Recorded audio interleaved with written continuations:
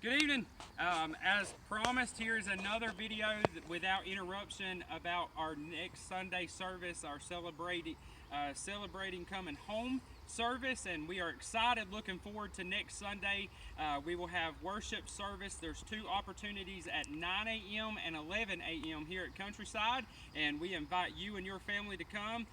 We should be able to fit everyone in, and if we run close on numbers, we'll go to 3 services, but we want you to come. We want this video, the purpose of the video is to let you know we're doing everything as a church family and as a church to keep everything as safe as possible and to create a safe space for you to come and worship in. So next Sunday, the first thing you'll see when you drive into the parking lot, there'll be a greeter at the top of the road that'll be there to greet you and welcome you to church that morning. Then when you come on down the drive, there'll be somebody there, they'll direct you. Now next Sunday, we're going to park just a little bit different than what we normally do. They'll be parking you starting out with first on this side of the building. That we have reserved parking for our senior adults and our visitors right here close to the building, and that's because we will be exiting a different way than we normally do, but we're going to try to fill up this parking lot, the side parking lot first. That is because we have such a quick turnaround between the 2 services. We want to make sure that we have place for all the next crowd to come. So those of you that are normally park up front, please, next week you're going to be asked to park on the side, and we're going to fill that up. You're also going to be parked spaced out like what we've been doing for drive-in church, and so what that means is that there'll be a space in between you and the car beside of you, and that's whenever you exit. We're trying to keep you all spaced out so you're not right on top of each other and right on top of cars, and that just keeps you as safe as possible there. But our parking team will be here in the vest. You see them. They'll be here to assist you and show you where to go. If you need assistance, if you maybe are disabled or you have ailments that would keep you from walking to the front doors, if you'll let one of the parking team know as you come into the parking lot, they'll be glad to drop you off at the door and park your car for you, and they'll be glad to assist you in any way. All you have to do is just let them know. We have one entrance into the church next Sunday, the back door and the side door. I know a lot of our regular members are used to going in the side door. That door will be locked. It'll be off limits. We only have one entrance, and the entrance is the double glass doors up front. You have to come through those doors in order to get into the church. And when you come to those doors, you'll find that Miss Emily, part of our WOW team, will be at the doors, and she'll be here to greet you, but not only just greet you, she'll be here to open the door for you. So you do not have to touch the door. And she's got her gloves and mask on, and that's not for her protection, that's more for your protection, to keep you safe from having to touch the doors or spreading germs. So she'll be there to open the door for you. And then the first station that you'll see when you enter into the church is our first sanitizing station. Miss Vicki will be here as part of our WOW team as well.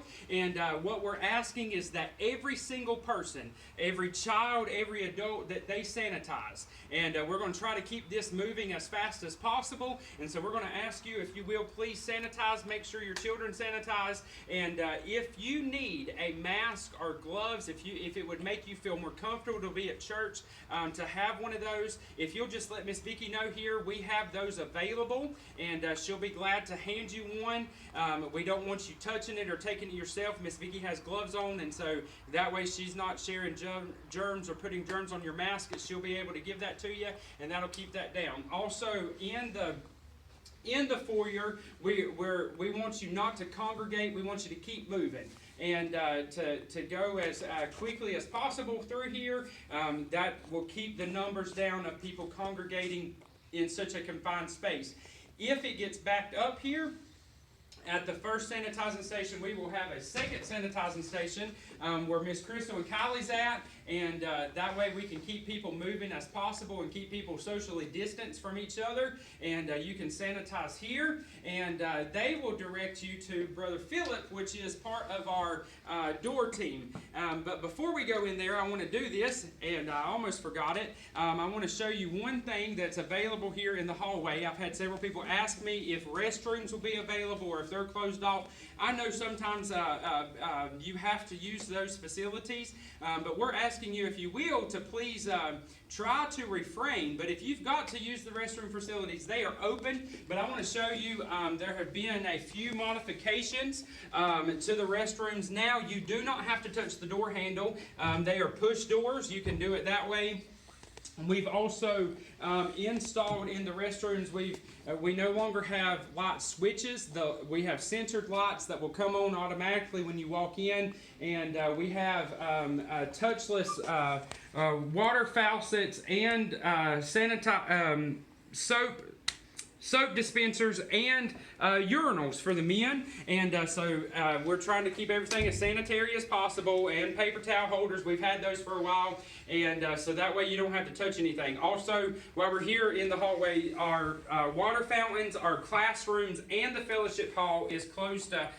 Fellowship hall kitchen is closed, so we're asking people to stay out of there. And you'll see Miss Rita is holding cleaner. That's because in between the two services, she'll be cleaning, or the cleaning team will make sure that the restrooms are cleaned before the second service starts. So we just want you to know that we're doing everything that we can to keep everything clean. When you come to the doors of the sanctuary, Philip will be here, and he's going to greet you, and then he's going to direct you to part of our seating team. And there'll be 3 of them here. And what they're going to do is they're going to show you where to sit. They're going to direct you. They're going to walk you to the place where they would like for you to sit during the service. And if you'll see, there is every other row is blocked off in the sanctuary, and this is to keep everybody socially distanced from each other, and to keep you as safe as possible. And so what we're asking is that you sit together with your immediate family. And for example, in my family, there's 4. And so they would seat us in maybe these 4 chairs, and then they're not going to sit anybody else with us. They're going to put a 4-chair space in between us. That's about 6 feet in between my family and somebody else. And so we're going to try to keep everybody as spread out as possible.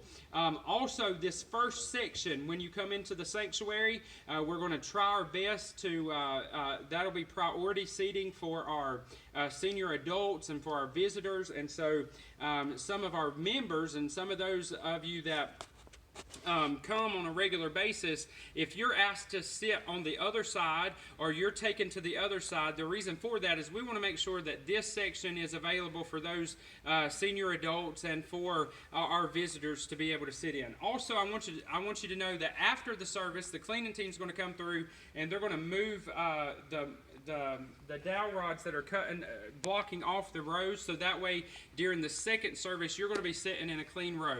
But our seating team will be there to help you as well, and they will be there to, if you have children, we've got packets for your kids, and we want to make sure that they have something to do while they're in church. This has been difficult on them. They're not able to go to Sunday school. They're not able to play with their friends and all those things. And we want you to know and want them to know that they matter, and that we're doing everything that we can to make church as comfortable for them as possible. So we'll have a packet for them, and also visitor cards with an ink pen on it. If you're visiting with us, that'll be for you to take, and so we want to do that.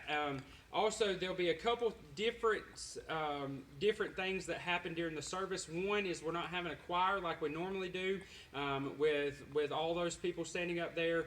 There's only going to be about 4 or 5 people on the platform. That's to keep everybody from such tight spaces. And but you're welcome to sing along at your seat. We won't be taking an offering up, so no need to pass the plate. We don't want everybody passing those germs. And also, I've had this question. It was posted on the live video just a few moments ago about the altar. We want you to know that the altar's open for you to come and pray. We will not, as we normally do, Countryside is a loving church, and most of the time when somebody goes to the altar, there'll be a bunch of people piling around them and pray. I'm asking right now, during this time, that we don't do that. And that's just to keep everybody safe, unless it is a member of your immediate family. If my wife goes to the altar, I'm going to go to the altar with her. If your child goes to the altar, you can go to the altar with them. I want you to feel comfortable to do that. But if it's somebody, just a friend of yours or somebody else, I'm going to ask you not to do that right now. What I am going to do, and I'm going to try to do, is myself and Pastor Matt will come and pray with you. We're not going to get very close like we normally do, but we'll come and pray with you. But we do one thing about church that's different than any other place is that you can go to an altar and you can find help, and we want you to know that the altar's open.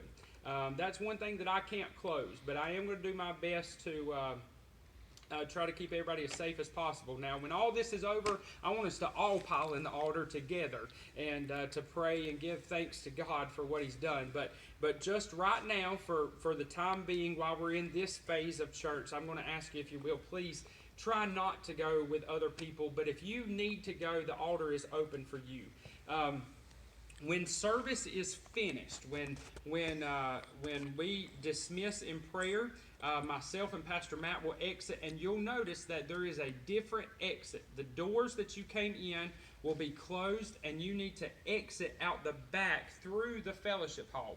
And as soon as you exit, we have a cleaning team of about four or five ladies that has volunteered to help us with cleaning for the next service. And so what they're going to do is they're going to take the dowel rod that's on one row, and they're going to move it to the next row to mark off that row.